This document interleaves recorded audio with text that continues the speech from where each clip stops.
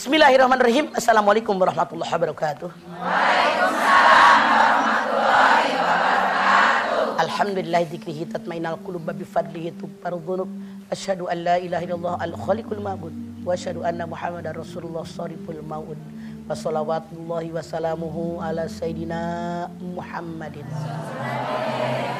wa ala alihi wa ashabihi wa ahli taqwa wa ma'rifatihi wa man tabi'ahum bi ihsanin ila yaumiddin.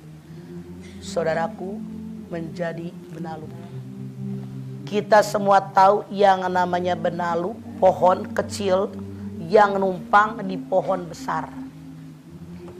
Akarnya nancep di pohon besar, kemudian menyedot saripati pohon besar. Bahkan kadang-kadang benalunya subur, pohon besarnya layu. Nah, ini benalu nyusahin orang. Sering kita dengar, jangan-jangan kita tinggal di mana kamu? Numpang di rumah mertua.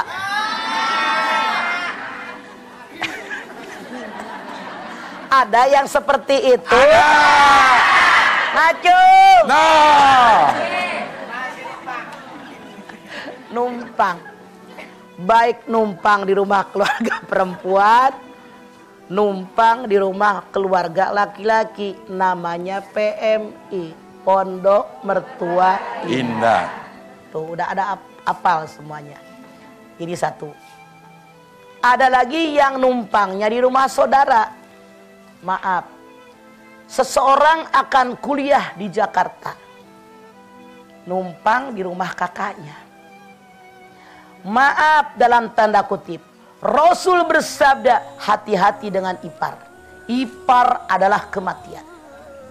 Seseorang datang ke Jakarta, kakaknya sudah di Jakarta duluan. Ini orang laki-laki, numpang di rumah kakaknya yang laki-laki, yang sudah punya anak bini.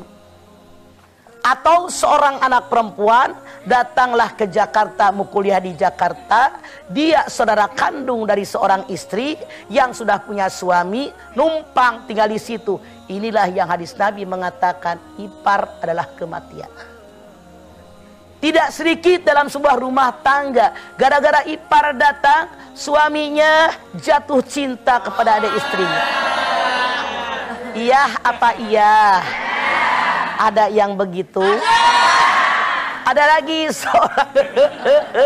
seorang adiknya suami yang laki-laki datang ke keluarga kakaknya, pacaran sama empok iparnya.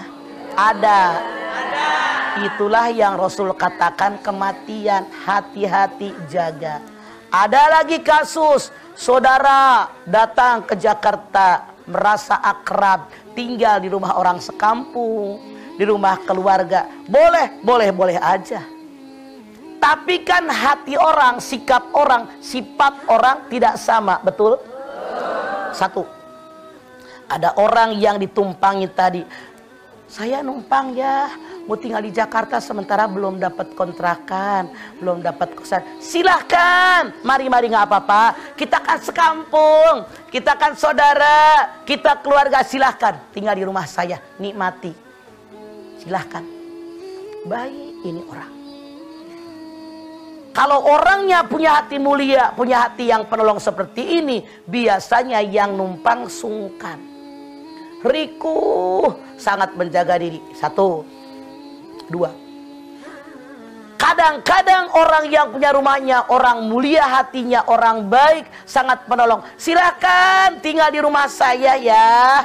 Silahkan. Kita orang sekampung, kita masih famili, satu nenek, satu keluarga. Yang numpang gak tahu diri, dipacarinlah bininya, dijinahinlah istrinya, dijinahinlah anak perempuannya. Ini kasus nyata loh, saya gak ngarang. Banyak yang begitu, Masya Allah. Dia bilang kan saya udah numpang, silahkan dinikmati apa yang ada. Ya dinikmati bininya juga. Salah apa salah? Salah. Titik. Ada lagi kasus orang yang ditumpangin saudaranya baik sekali mulia hatinya. Silahkan tinggal di rumah saya. Ternyata istrinya, anaknya pada nggak suka dengan yang numpang. Sinis, manyun, marahan, banting pintu. Kira-kira yang numpang enak apa enggak? Nah, itu dari sisi orang yang ditumpangin. Sekarang yang numpang bagaimana? Tahu diri dong, gua numpang.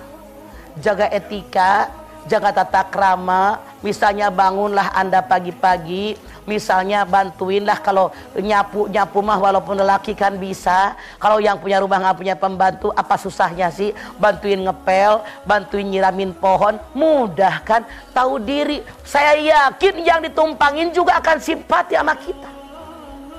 Ini mah udah menumpang hidup di keluarga kita.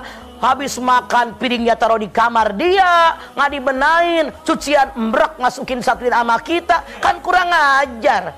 Kecuali kalau kita banyak pembantu. Ini kasus nyata sering terjadi, banyak kita mengalaminya. Enaklah kita. Habis makan geletak, piring, cucian embrek, berantakan. Kita pengen rumah bersih, tapi yang numpang nggak tahu diri, nggak tahu etika, nggak tata krama, udah numpang di rumah kita, sama kita senyum juga nggak judes. La ilaha illallah. Pegel apa pegel?